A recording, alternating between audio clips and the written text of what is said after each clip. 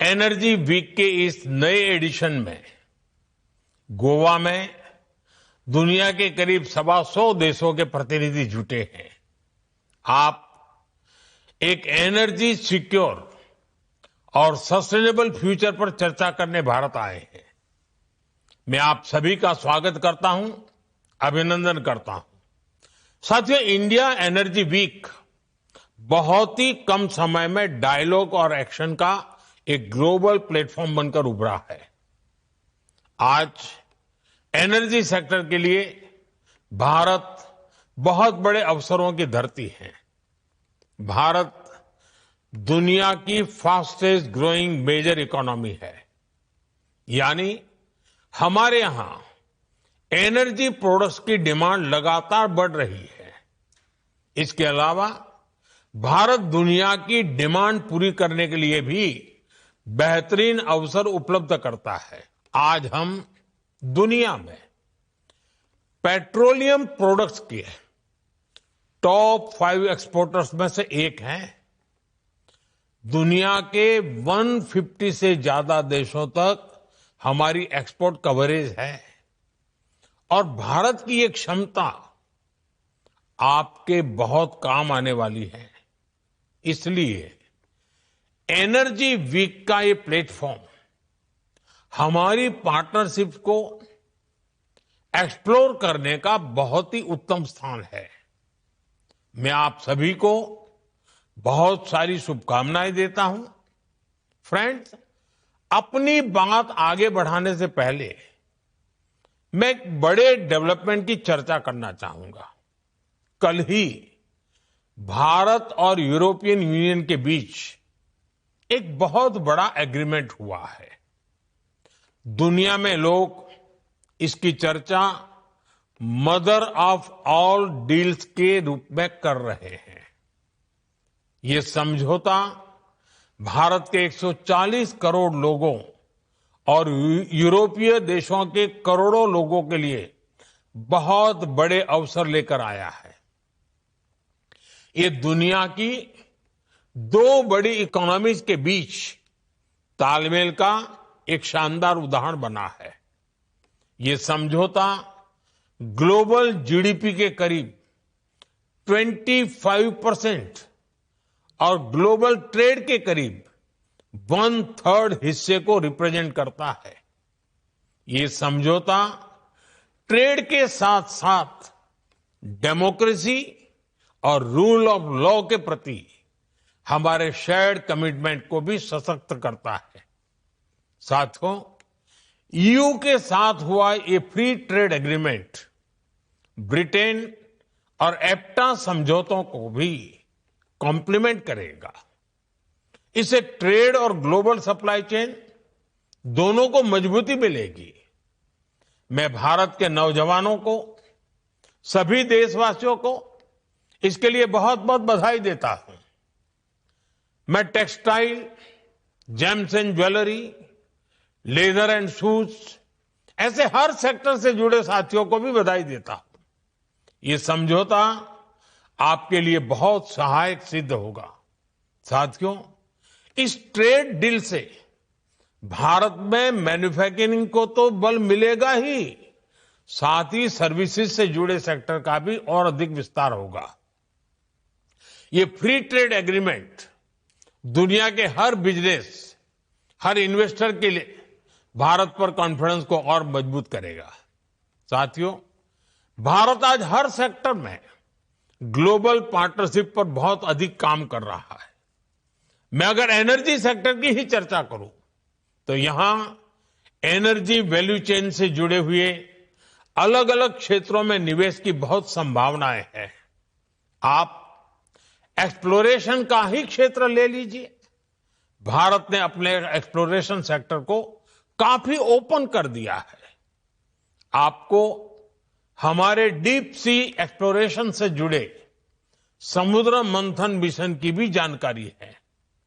हम इस दशक के अंत तक अपने ऑयल एंड गैस सेक्टर में इन्वेस्टमेंट को $100 बिलियन तक ले जाने का प्रयास कर रहे हैं।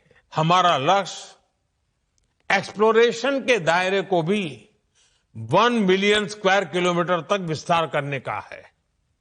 इसी सोच के साथ हमारे यहां 170 से अधिक ब्लॉक्स को अवार्ड किया जा चुका है।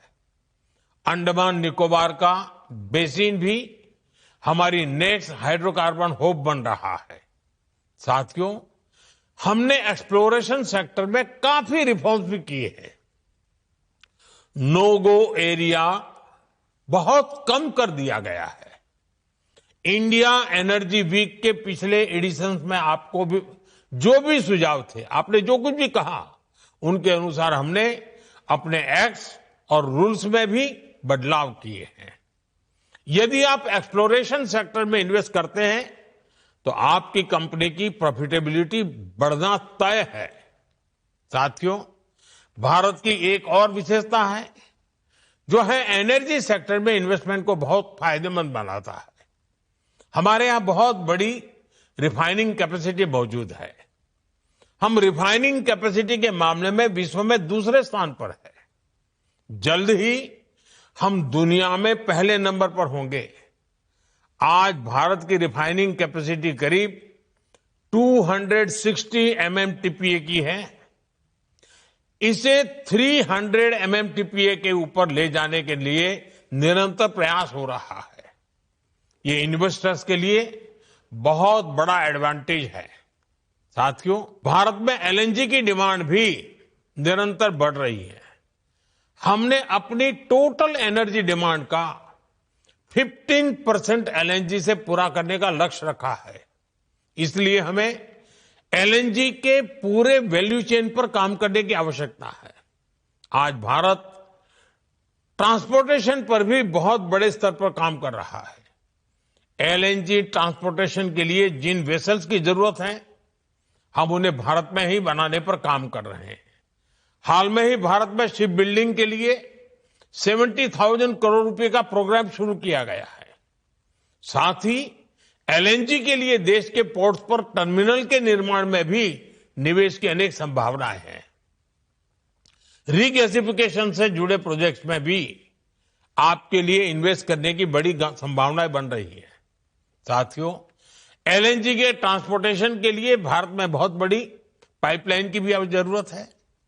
बीते सालों में इस पर हमने बहुत निवेश किया है, लेकिन अभी भी बहुत बड़े पैमाने पर इन्वेस्टमेंट के लिए संभावनाएं हैं। आज भारत के कई शहरों में सिटी गैस डिस्ट्रीब्यूशन का नेटवर्क पहुंच चुका है और हम तेजी से अन्य शहरों में भी इससे जोड़ रहे हैं। सिटी गैस डिस्ट्रीब्यूशन भी आपके निवेश के लिए बहुत ही आकर्षक क्षेत्र है। साथियों, भारत की इतनी बड़ी जनसंख्या है, हमारी इकोनॉमी लगातार बढ़ रही है। ऐसे भारत में पेट्रोकेमिकल प्रोडक्ट्स की डिमांड भी लगातार बढ़ने वाली है। इसलिए हमें बहुत बड़े एनर्जी इंफ्रास्ट्रक्चर की आवश्यकता होगी और इसमें भी आपका इन्वेस्टमेंट आपको बहुत ग्रोथ देगा। इन सब के अलावा भारत में डाउनस्ट्रीम एक्टिविटीज में भी आपके लिए इन्वेस्टमेंट के बहुत मौके हैं। साथियों, आज का भारत रिफॉर्म्स एक्सप्रेस पर सवार है और हर सेक्टर में तेजी से रिफॉर्म्स कर रहा है। हम डोमेस्टिक हाइड्रोकार्बन को सशक्त करने के लिए रिफॉर्म्स कर रहे हैं और ग्लोबल कोलैबोरेशन के लिए ट्रांसपेरेंट और इन्वेस्टर फ्रेंडली एनवायरनमेंट बना रहे हैं। भारत अब एनर्जी सिक्योरिटी से आगे बढ़कर एनर्जी इंडिपेंडेंस के मिशन पर काम कर रहा है। भारत एक ऐसा एनर्जी सेक्टर इकोसिस्टम डेवलप कर रहा है जो भारत की लोकल डिमांड को पूरा कर सके और एफोर्डेबल रिफाइनिंग और ट्रांसपोर्टेशन सॉल्यूशन से दुनिया के लिए एक्सपोर्ट भी बहुत ही कॉम्पिटिटिव हो। साथियों, हमारा एनर्जी सेक्टर हमारी एस्पिरेशंस के केंद्र में है। इसमें $500 बिलियन की इन्वेस्टमेंट अपॉर्चुनिटीज है। इसलिए मेरा आह्वान है, make in India, innovate in India, scale with India, invest in India. इसी आग्रह के साथ मैं आप सभी को इंडिया एनर्जी वीक की अनेक अनेक शुभकामनाएं देता हूं। बहुत बहुत धन्यवाद।